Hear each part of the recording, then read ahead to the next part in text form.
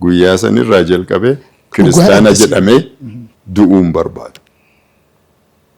Yeroo kutaa tokko baradhu maal jedhee Rabbiin macaafa qulqulluu keessatti waan Yesuus Kiristoos jedhe.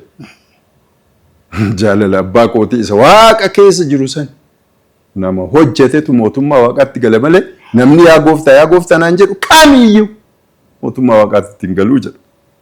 Wangeela Maatoos 7:21 irratti. Kana beekan mataa kiyyaa uduu macaafa qulqulluu hin dubbisin matama kiyya keessa jira. Dhuguma dhugaan isiniin jedhu. Namichi jecha kiyya dhagaye isa na erge sanitti aman.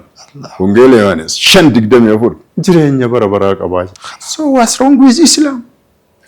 What's wrong with the Muslims? Amma gaafii kaasee ufumaanummaan maali? Quraana illee dubbisuun dafee waliin ga'ee cufeet namicha quraana na kenne sani quraana afaan Amaaraa kan nama irraa ergifadhee dubbise san deebisee fi addarraa. Islaamummaa seenuu hin danda'u. Maaliif hawaasummaa wajjin naan deemtu kaalcherii kiyyallee ganaa isii barachuun hawaasa musliimaatiin makamuun natti ulfaata. Garuu guyyaa sanirraa jalqabee kiristaana jedhamee du'uun barbaadu jedhee murteessa. Murteessiteef keessa.